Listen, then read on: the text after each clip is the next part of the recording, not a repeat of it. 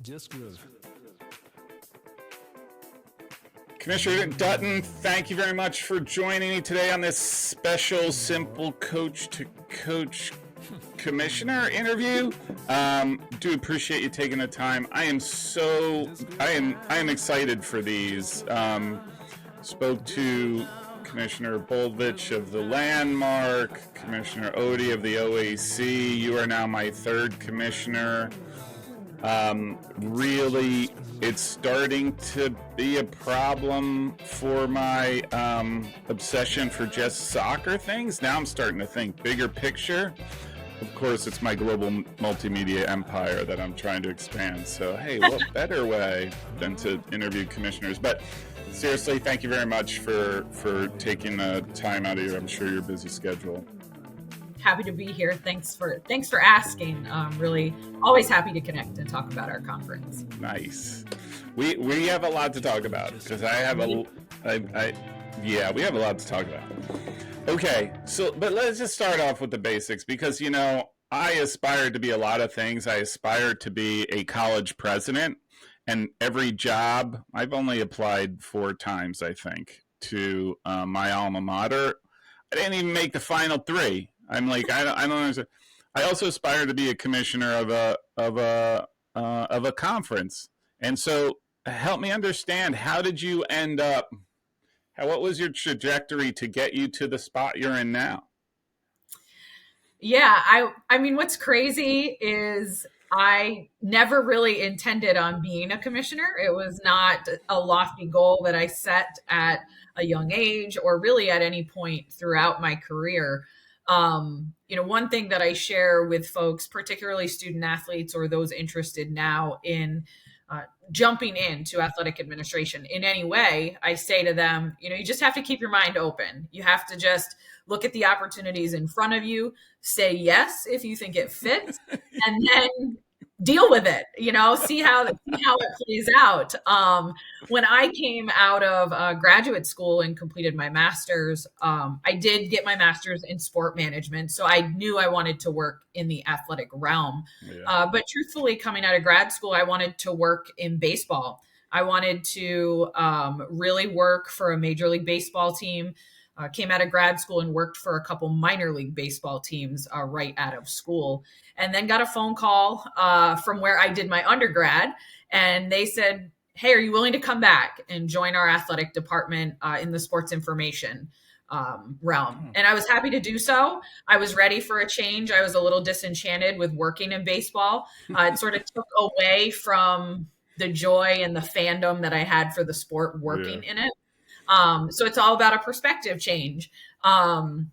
Went back to SUNY Plattsburgh, and I spent almost 7 years there in different aspects of admin roles, sports information, assistant AD, had a short stint as interim AD, which was a great test drive. I decided at that point, I also did not want to be an athletic director. They have very crazy jobs. And then at that point, started to figure out what my next step would be. Joined a conference office as an assistant commissioner and stayed in that role for about 1.5 years before ascending to the commissioner role. So I never really saw myself in this chair, but now that I'm here, I'm really happy and really grateful to be in this role because it's a really great blend of sort of all of the things that I love about athletics. You really get to be there for the highest points and sort of the most joyous moments of collegiate athletes, student athletes experience and collegiate career.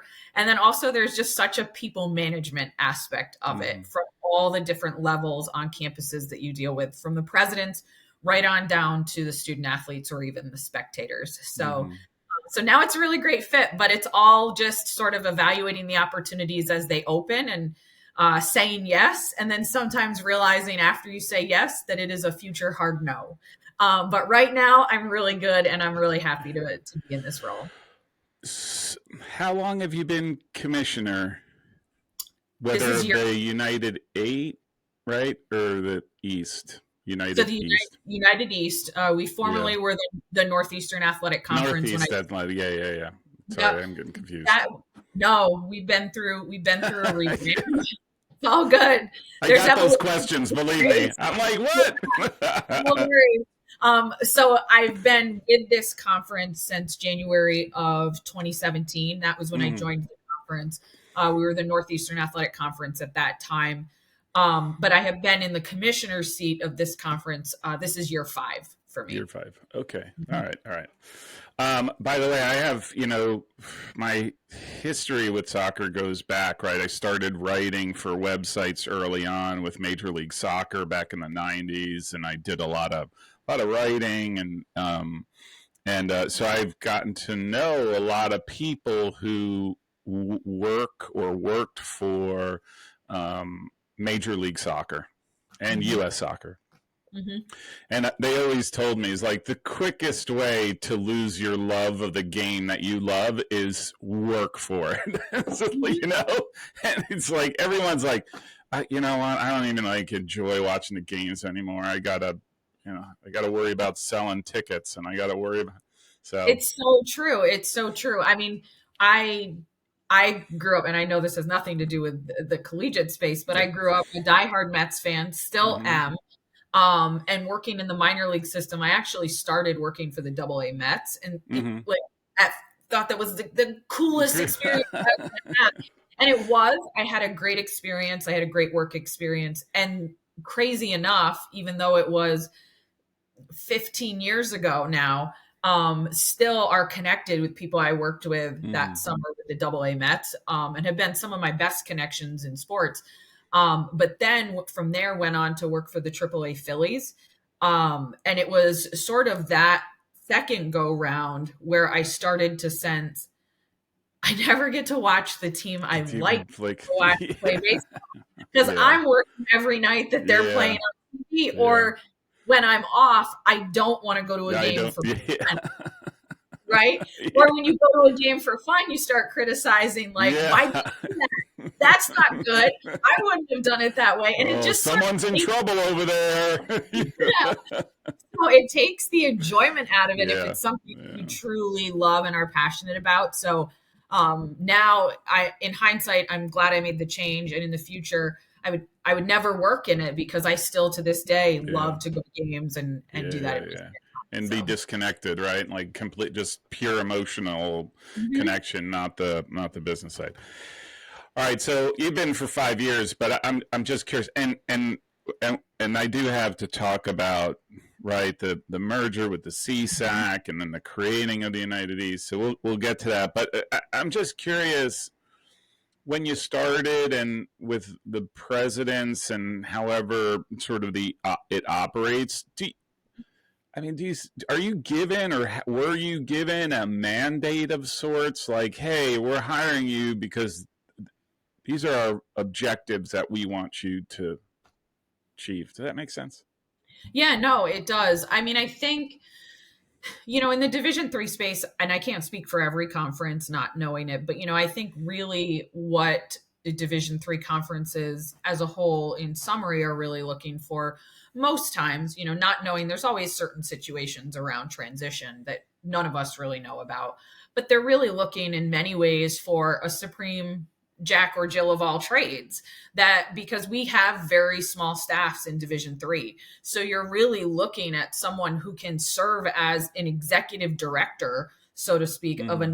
nonprofit organization and manage everything, but have an athletic mindset to also understand the scheduling dynamic, the championships dynamic, the NCAA and compliance components that you need to handle while being an executive director of an organization, from a Mm-hmm. people management, culture building, financial management type piece. There's not Mm-hmm. the pressures in Division 3 for the most part that you see in some Division 2 or Division 1 and bigger Division 1 conferences. There's no edict of you need to bring in this much revenue or you need to drive in Mm-hmm. this space. It's much more generalized and summarized of the certain Mm-hmm. objectives that you may have. But so to speak, I wasn't really given marching orders or things Mm-hmm. that were necessary. But I came into this role right in the middle of the membership shuffle. The NEAC at the time when I was taking over as commissioner, had seen itself condense and contract Mm-hmm. in a significant ways in the 12 to 18 months before I stepped into this role. And so at that point, the biggest priority for myself or anyone stepping into that role was to find a way to ensure that the conference remained sustainable and in existence. That was our primary focus and our primary goal, while still obviously upholding the student athlete experience and everything that we do day to day. So making sure that we could grow or gain members or continue to explore that space was really my number one objective coming in. All right. So what is that what led to the merger with the CSAC? In many ways. Yeah. Yeah. In many ways, I think you had two conferences with presidential leadership that were really starting to look at the writing on the wall and say, for the last 7 to 10 years in Division III, we have seen conferences approach the membership shuffle the same way, seeking out one or two institutions to plug a hole or grow, and then contract again, and then go and poach another institution or two. And poach is a strong word. That's not the intent, but you get what I'm saying. And I think the presidents on both sides, when the conversation started, felt that way's not working in their minds. We've both tried to do that as separate entities and separate conferences, and we continue to have membership conversations every meeting, every time we get together, and constantly be looking at who we might add. And so they really wanted to come at it from a different angle of, can we do something different than what others have done thus far? And would there be anybody out there that would entertain a wholesale merge to get us to a point where we are strong in numbers and can sustain evolution, so that we're not so hyper-focused on what one or two schools should we add to us and keep us afloat. So that's really what led to it, and just trying to be larger and be sustainable for the future, preparing for what we all realistically know might come in the next few years for higher education in general, and sort of take the proverbial foot off your throat where you are constantly trying to find a solution for membership. Yeah.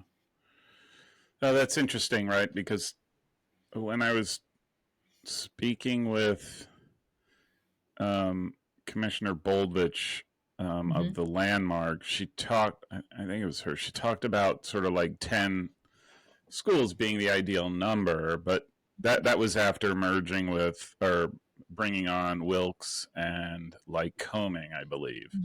You're right. And so now, I mean, just the full members, you have well over 10, right? It's 17. 17, yeah, full members. And then you have the associate members, which I don't know how that plays into it all. But, I mean, are there challenges to that piece of the puzzle of having so many members? For sure. I mean, I think that we knew coming together as two separate entities and becoming one would come with its challenges. The biggest challenge for us right now is one that's outside of our control. By coming together as two separate conferences, we essentially had to give up one of our automatic qualifiers. And that, to this day, to this moment, continues to be the biggest sticking point, and continues to be a space where, as a conference, we want to pursue and be leaders at the forefront of potentially leading future change in that space. You have, I think even us as a conference, as the former United East, if you had asked us pre-COVID even, what's your sweet spot for numbers? We also said 10 to 12. 10 to 12 is our sweet spot. That's going to be bigger than that. It gets tough. And I think you've seen this shift as you started to see more institutions really find themselves in difficult places. And we're starting to hear this rapid increase in pace of institutions closing or being on the verge of closure. Started to change the mindset of some folks of saying 12 may not be enough. Mm-hmm. We might need to be bigger, but the downside to that for us has been that loss of the AQ, because that definitely changes the access ratio for the student athletes Yeah. in our conference, to go from 2 to 1. And that's Yeah. been a difficult transition for us this year, and hopefully something we can at least open some conversations about moving forward. Yeah. Yeah. Well, I can't believe you'd be the only one, right, that would have that issue. What is it? The MidAtlantic Conference? The MAC has two conferences. I mean, I don't want to say 20 programs or 20 schools, but it's up there in that number-ish, right? Yeah, so we're actually the largest now as far as Mm-hmm. Division III conferences. I believe the MAC is at 16 institutions, 16. but Yeah. 16, and we're at 17 now. I mean, the unique thing is the MAC does have the two divisions, so to speak. They do have the two AQs, and that's a grandfathered concept for them. Okay. All right. Okay. All right. It's it's it's legislation that's was effective prior to the legislation that we have in place now, and Mm-hmm. so they were grandfathered in, but that's not permitted right now. Right. And so, I think we are obviously the first two conferences to do a wholesale merge in this way, in which Mm-hmm. we had to essentially give back in AQ Mm-hmm. of which we had when we were separate. I think that the next 2 years are really pivotal in this space, because if you continue to see conferences potentially either grow past that 12, or you see other conferences explore mergers, then this is a space that we need to talk about, because the student athlete experience Yeah. is important. Especially on the merger side. I mean, just in your conversations, I'm assuming, there's water cooler conversations that happen in the commissioners lounge that you guys have for yourselves. Like, is there conversations that happen around other conferences, Division III conferences, possibly merging? Is it a I little mean, bit more on the table than it was in the past? I'll just say. I think anything with membership in general, conferences tend to hold pretty close to their chest as best Mm-hmm. that they can, um, especially when it impacts, current institutions, if they're Mm-hmm. jumping conferences or what that may be. There's definitely a confidential nature to it. Yeah. And sometimes, quite frankly, commissioners are told by their president's council, Keep it there quiet. there is not to be a public discourse or conversation on this Mm-hmm. topic, because it is very impactful, and the rumor Mm-hmm. mill is real, even in the Division III circuit. Uh, Really? yeah, isn't that wild how that Holy happens? smokes. You'd think that people would have other bigger things to worry about, Of but course not. That's the of biggest course, thing to do. so I would say, I think we don't necessarily talk about certain scenarios openly, just out of respect for the Yeah. sensitivity of it. But I think we all do have very regular conversations of what's the next domino to fall? What's the next chess piece on the board that's going to move? Because I think we've all reached this point of acceptance and awareness that it's going to continue. There's Continue. not Yeah. in sight, so to speak. Yeah. And so it's more so that we, sort of project out, well, what's the next move on the board? Yeah. I always, I'm a big sci-fi. This is total. I don't know why I thought of this, but I'm a big sci-fi fan, and I'm even a fan of that terrible movie, World War Z. Apparently, the book was better, but he talks about movement is life, right? Like the main character, Brad Pitt, coolly looks, movement is life, and I do think, especially now, if anything, we've been taught anything, is that programs, conferences, Division III cannot sit still and react to whatever the circumstances, especially as you see these schools, talk to the Adrian president about schools closing and things like that, and I think you're seeing such pressure that I do think that it's you commissioner's responsibility to be like, what are we doing tomorrow? Like, okay, we got today. What are we doing tomorrow? And constantly be thinking about what's the next big thing that we can sort of tackle. Otherwise, you'll become stale. You'll just wither away, right? And I think that's a reality. Absolutely. And I think our group knew that we did not really have an instruction manual, so to speak, when we chose to merge and made that decision of that intent. We sort of accepted and knew that we were going to have to forge our own path, so to speak, and sort of kind of create the manual of what does this look like? What are the landmines that we need to navigate and work through? And what are the unintended consequences of it? But I do think internally, our folks really truly felt, and I don't think that this was a drink the Kool-Aid or a sales pitch. I think this as well, personally, as commissioner, that we made a decision that was a little bit ahead of the curve.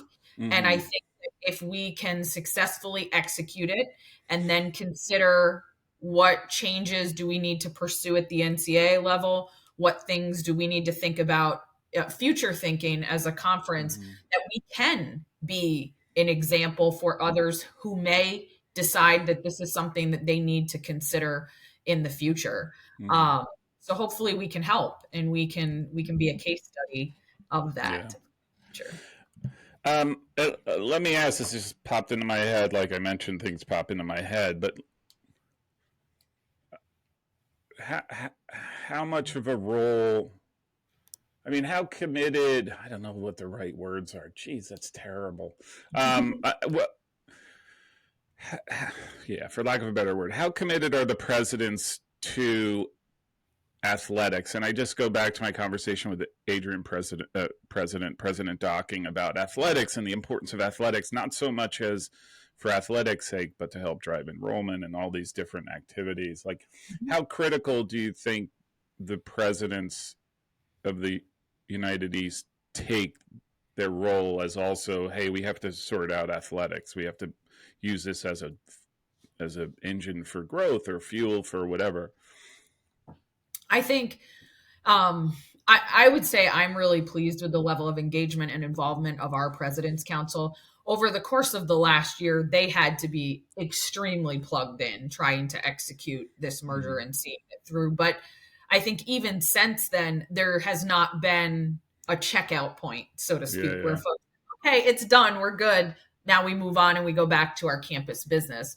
That as a group, they are committed to meeting in a monthly cadence for us to check in and stay up on conference business.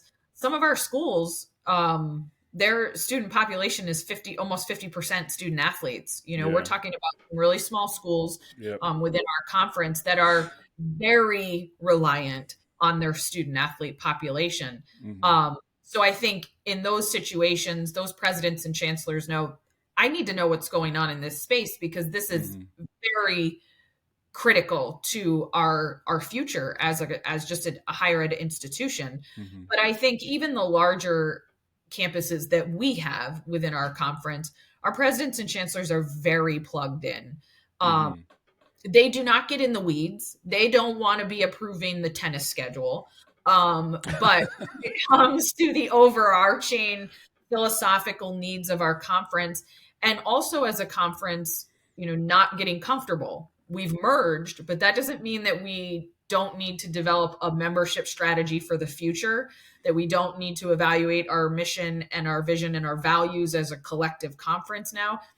They're not complacent post-merger. And so that's really great. And that's of benefit to us because when you have buy-in and engagement from the presidents and chancellors level, it certainly makes the stuff that you're doing day to day in athletics a little bit easier to facilitate when you're not playing catch up in that space. So hats off to our group.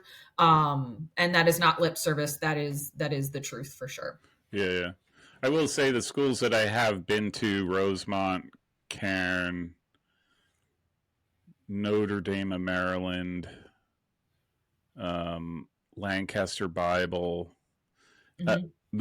You notice, I don't like, you notice the presence of athletics, like you can tell that it's not some afterthought and you're playing on a patch of dirt. No, like there is I think they understand the real value to doing that.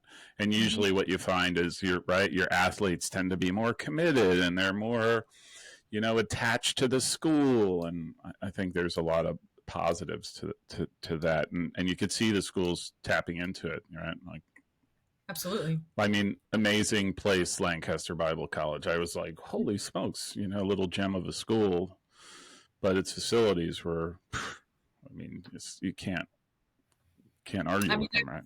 that's what's really neat. And even this year, given this merger, well, I get to go to campuses for championships very deliberately. I am Mm-hmm. getting to all 17 of our Mm-hmm. schools this year, with 10 of them being new to me. The Mm-hmm. 7 that the former United East brought to the table, I was very familiar with, but particularly getting out there to our 10 incoming institutions from Mm-hmm. the CSAC, as a result of the merger.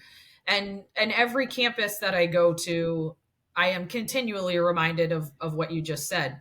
They are little gems. They may be Mm-hmm. small campuses. They definitely have small school feels to them. Yeah. And you walk out on the turf, and it's a turf just like any other Yeah. school. Yeah. Yeah. Yeah. And to really see that it's an important part of the campus experience, Yeah. for everyone. And so there's definitely a commitment and a buy-in there Yeah. that's great to see.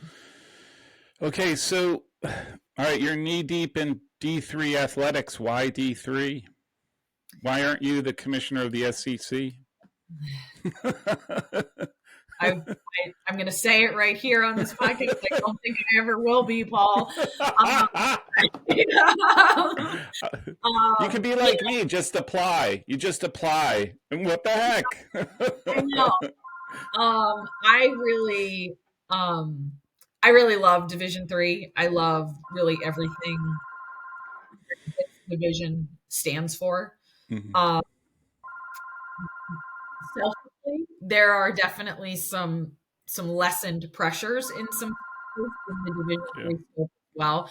I don't have ESPN calling me breathing down my neck every day, and I appreciate that. Um, I have no desire to seek that out.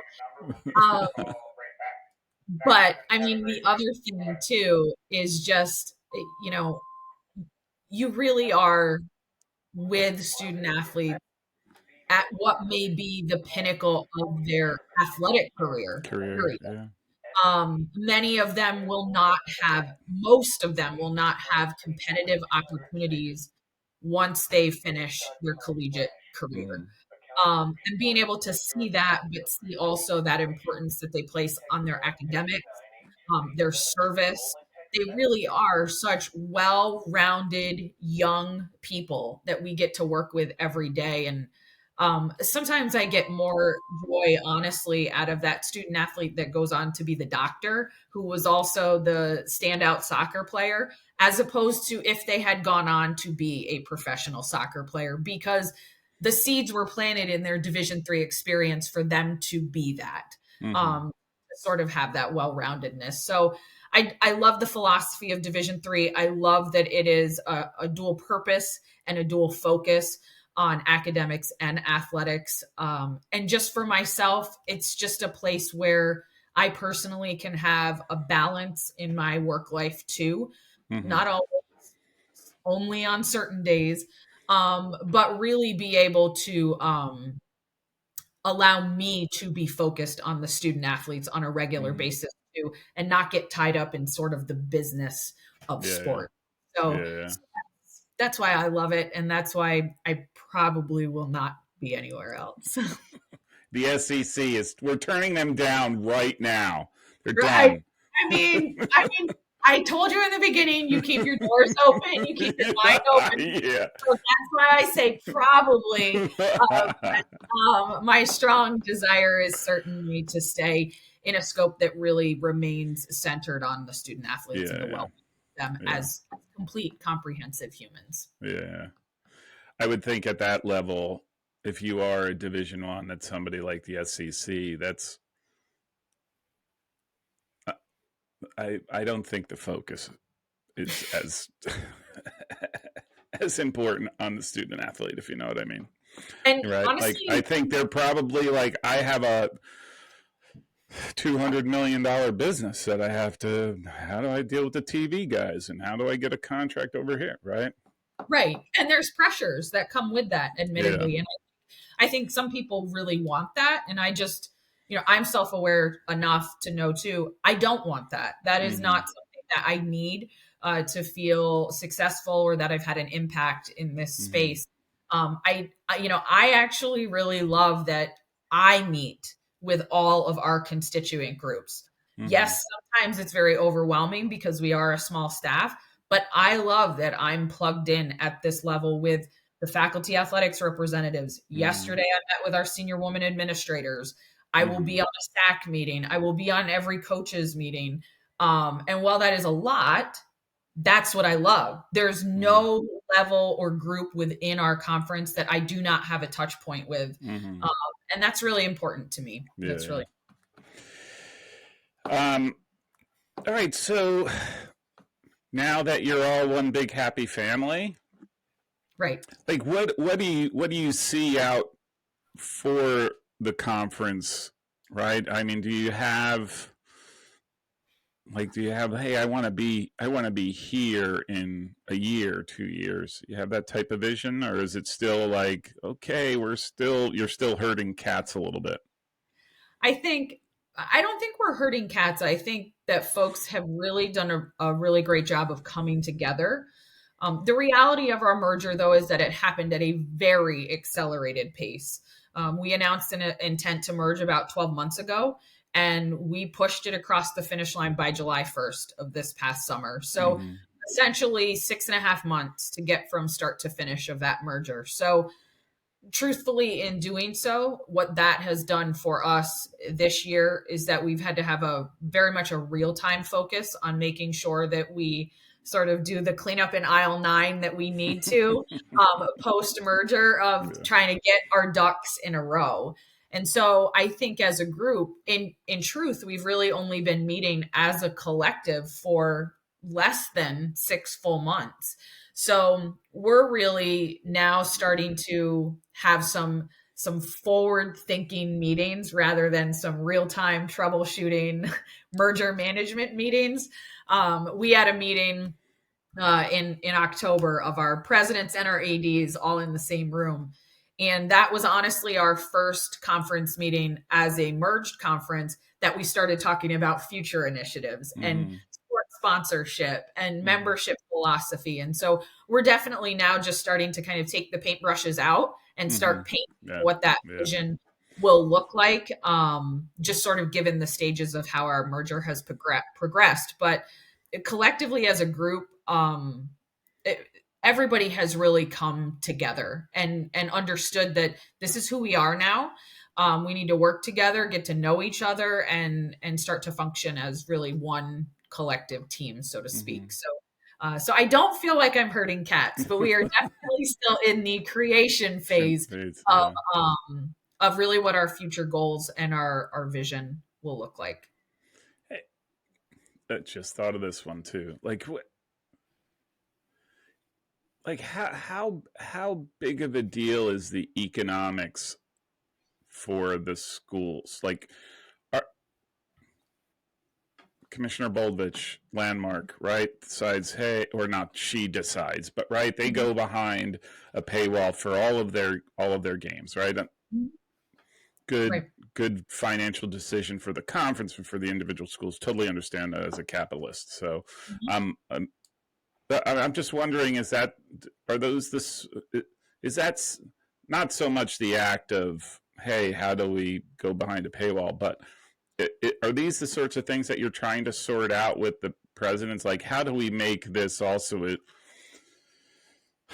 lack of a better term, engine of revenue, right? Like, Yeah, I do think that now, and I wouldn't say this in the past, honestly, I do not think that if we had been sitting here 10 years ago, that we would be having the same conversation. Um, because in general, Division 3 conferences, your revenue is your membership dues. You were not truly pounding the pavement for other revenue opportunities. Obviously, in the last 10 years, those opportunities have changed too, in just the different streams of revenue that potentially exist now in this space. The advances we've seen just even in web streaming at our own small schools is exponentially different than it yeah, was years ago. So I think now, knowing sort of the critical state that many of our institutions are in, and knowing that we need to stretch every penny about as far as we possibly can, excuse me, that as a conference, how can we offset those costs? How can we help either stabilize membership dues for our conference members, knowing that at the same time our expenses will continue to go up, but we want to stabilize the dues. So how can we as a conference collective bring in more revenue? Or what opportunities exist that can help us fund unique beneficial programs or opportunities that benefit our student athletes? So I think there is definitely more exploration in that space. Myself, I really hope that in the near future, as a conference, we can really start leveraging the fact that we are the largest Division 3 conference right now. We do have a really great footprint as far as an impact from a geography standpoint, yeah, yeah, stretching northern Pennsylvania to southern Maryland, with a whole lot of different rural and urban areas between there. yeah. That mix of public and private, there is a lot about our conference as the United East that is, I say it to our members and others, that we are very much a kaleidoscope when it comes to Division 3. If you want to see what Division 3 looks like, take a look at the United East. We are a mix of public and private, rural and urban, Yeah. affiliated, deaf and hard of hearing. If you want to see every little slice of life, take a look at our institutions. Yeah. And so finding ways to leverage that, if we can start bringing in some consistent revenue as a conference, is certainly something that would be a boon for us. Yeah. All right. So I'm going to ask you. I asked this of Commissioner Odie of the OAC, and I'm gonna sort of blather for a little bit, but there is a point at the end of this. All right. So when it comes specifically to Division 3 soccer, every coach talks about the ridiculous schedule amount of time to play a season, right? Like it's 150 some odd days. I forget what it is, but and the amount of games that they have to play in that short period of time. And I did some math. So Leo Messi, arguably the greatest soccer player in the history of the world, played 71 games in 2011, which is the most I think he's played in a season. It totally extrapolation and has no bearing on Division 3, really, when you think of it. But a Division 3 soccer player who played 70 games in 58 days, if you were to normalize the two, a Division 3 player would effectively play 91 games in 1 year versus Leo Messi, who played 71. Do you have any thoughts that you could share on sort of addressing that, the time of a season, especially knowing we just talked about economics and all that sort of thing, right? Like, do you have any thoughts on whether it's extending the season, giving them a longer period of time to play in, or anything of the sort? Yeah, I do think that that membership and institutions in Division III understand sort of the challenges of fall sports in general, and certainly that condensed nature of fall sports. I think it's a flashpoint conversation in soccer, but it does impact other student athletes as well. That it is a short season, no doubt about it. What is challenging for Division III, and we've not really been able to sort of crack the code yet, is if you extend the season, how do you do that in ways that, one, is sustainable for our member institutions in Division III, and two, still continues to align with our philosophy statement. And that being said, on the fall side, the wheel will continue to spin on the conversation about how early can you bring student athletes back. I think if you ask some folks now, some folks would say, I wish I could bring them back later. And much of that is cost driven. It is a significant expense for our Division III institutions to have their fall student athletes on campus 2 or 3 weeks before the semester begins. And so to think about bringing them back potentially earlier, sends everybody into a cold sweat from a physical standpoint. And then when you look at, even extending it beyond that, so say you don't come back earlier, but you go later. There's challenges on the back end of that too, because while you may have your student athletes on campus,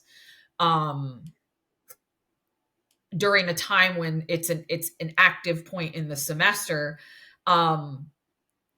it's easy to talk about these in segment by sport, but what is so important in the Division III space is that we don't get to look at any sport in a silo. We don't have the ability or the pleasure of doing that.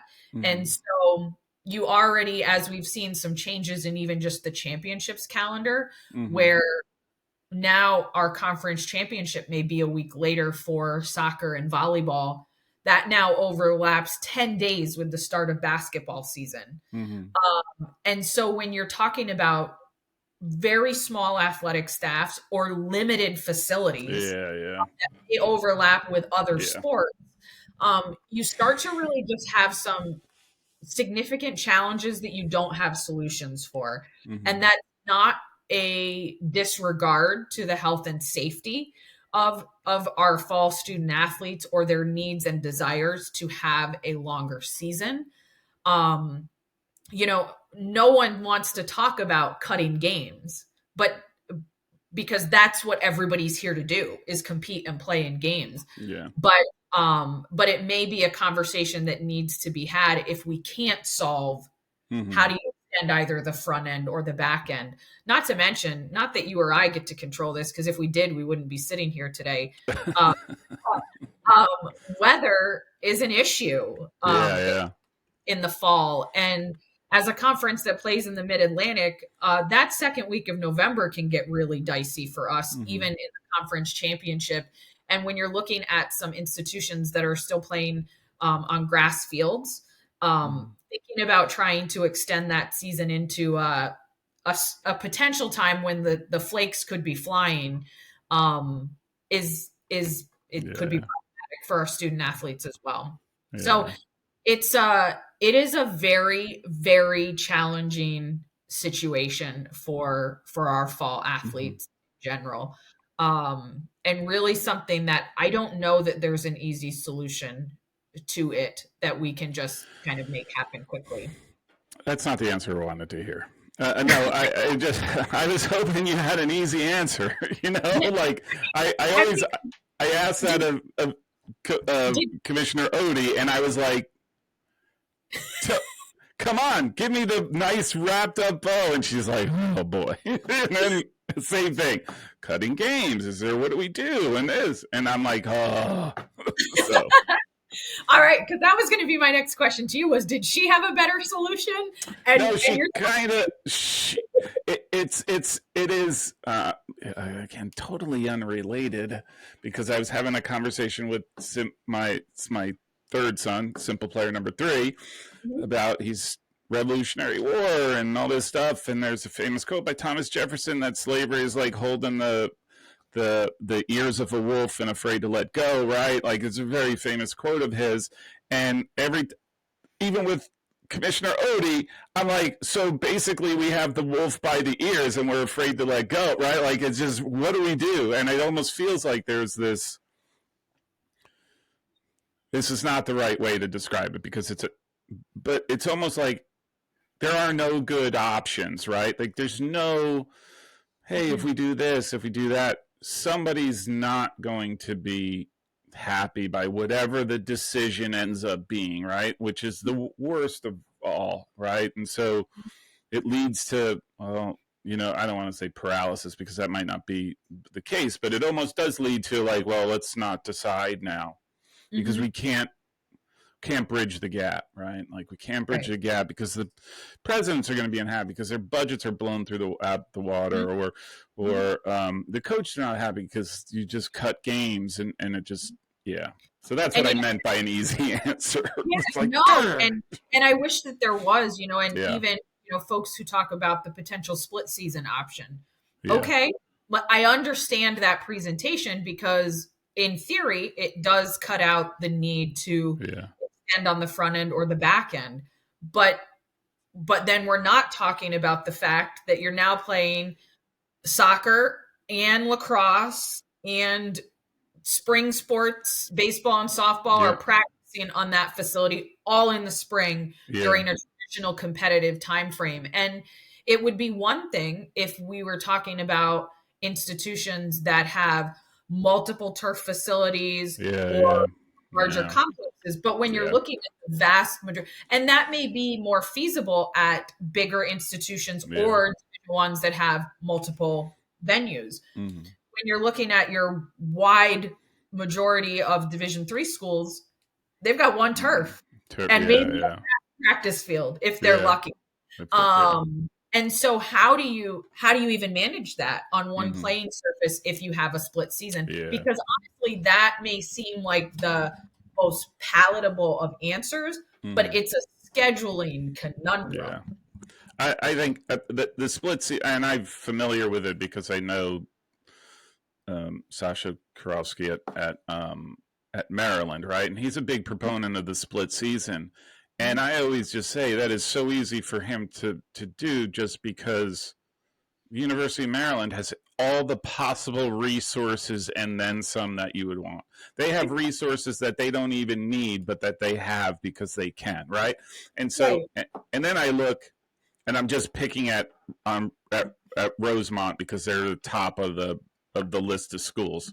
Yeah. Rosemont, you walk onto campus, and to the left, you look, you got the softball field, and then you got the gray turf field, which I love, by the way, the gray Yeah. turf field, and you're like, that's about the extent of their facilities, right? Like, and you're just that's the reality, right? And you have multiple teams and all that stuff. So I totally get it. It's Totally. very challenging. And I would say it's something that everybody hears. And I don't think that it's an ignorance is bliss type situation or, let's just put on the earmuffs and move forward. I just don't know that anybody has been able to see a feasible Yeah. path forward to make a sizable or notable change to the Yeah. current structure. Yeah. But I know it's something that everyone continues to talk about. Yeah. All right. So this is totally unrelated, but I guess it's related. Have you seen those the latest proposals from the NCAA about that scholarship fund or however they want to pseudo pay athletes I at have. certain schools? I have. Like is that that doesn't impact? Would that have an impact on the Division 3 level? I mean, Aside from kids being like, "Whoo, now Division 1 is the only way to go," like I don't think that it will impact Division 3 in that way. I think that there is always going to be a subset of athletes that are going to be solely recruited at the Division 1 level. mm-hmm. Um, the folks who are going to Michigan right now are not coming to our United East institution. So it's not going to, Valley Forge isn't on their list of schools, right? Like, it's not going to impact us in that sense yeah. of how will it change the student athlete that is looking at United East institutions or impact us from that sense. But um, from a concept as it is, very transparently, I have shared that with our athletic directors, the memo that was floated, last week from the NCAA, and have scheduled to talk to our folks about it tomorrow, in a sense of, if you're not aware of this concept, that we need to plug in and we need to pay attention to it, because whatever happens at the Division I level does trickle down to us right now, based on how we are funded, how our championships at the Division III level are funded. So if for some reason there is a significant change to Division I from an association standpoint, it will trickle down to us somehow, some way. Yeah. And so making sure that we are aware of what is happening in that space. And then also not just from an NCAA proposal or conceptual standpoint, but there are some federal issues that are really problematic too, and that could find ways to trickle down and impact our institutions. And so it's such a crazy time right now with the amount of issues and items that we sort of have to digest. And I meet weekly with our leadership of our President's Council, and just popped off a meeting with them before joining you, and said to them, I do not believe that this is hyperbole or over exaggeration, but the next 3 to 5 years in this association could be really, really crazy. And I don't mean crazy, it just may look so much different than what we've been used to for decades. I don't know that that's good or bad yet. The verdict's still out on that, but I do think the next 3 to 5 years are so critical in this space for what we look like potentially going forward. And I just don't know that I can recall a time that there's been this many seismic issues kind of sitting on our plate. I think it's almost like that they've been sort of, I don't want to say kicked down the road for so long. And now it's like, you just can't, there's no more road. Like, it's just, you got to figure that out, Right. And I mean, I will say, at times I think all of us can be critical of the NCAA as an institution. I think we all have the ability and are guilty of that, myself included. I think, when President Baker joined the association, it very much was, we need somebody who wants to be a change maker, and we want somebody who is willing to put things out there that have not been done before. And so rips off the Band-Aid and just we're dealing with this now, whether you like it or not. This is what we're dealing with. And right, wrong, or indifferent, whatever you think of the concept, that's bold. And for that to come from, the top guy in the NCAA, to me, I like it.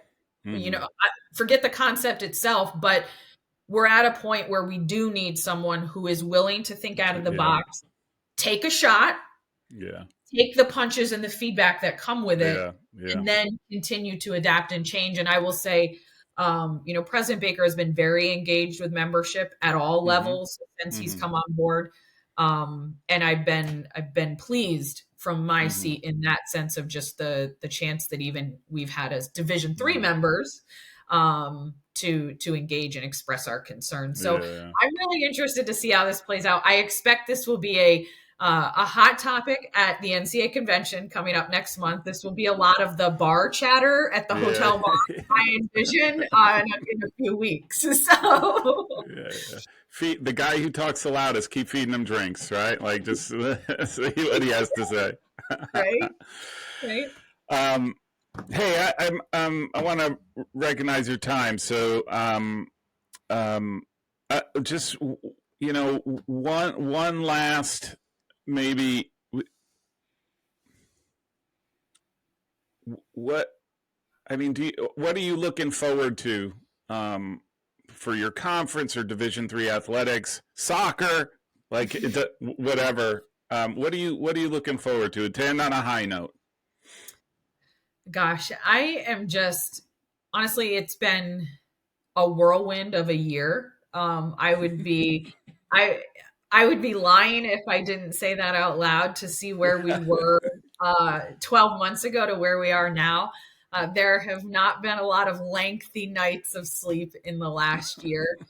But I am one so grateful for the work that our conference has put in because we have asked a lot of people in the last year. And it, for me personally, to sort of take on a project like that you really don't know where this is going when you take it on.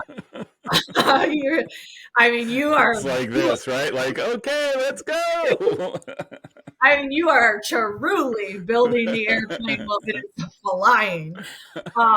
And so for me, really as a conference, looking forward to really just growing into what our new identity will be. From the time that we were the NEAC to rebranding to the United East, that was such a revolutionary time of just changing or not necessarily changing, but re-articulating what our vision and our identity was at that time, and to really have an opportunity to do that again, and really lead at the forefront of something that we may eventually see other conferences do.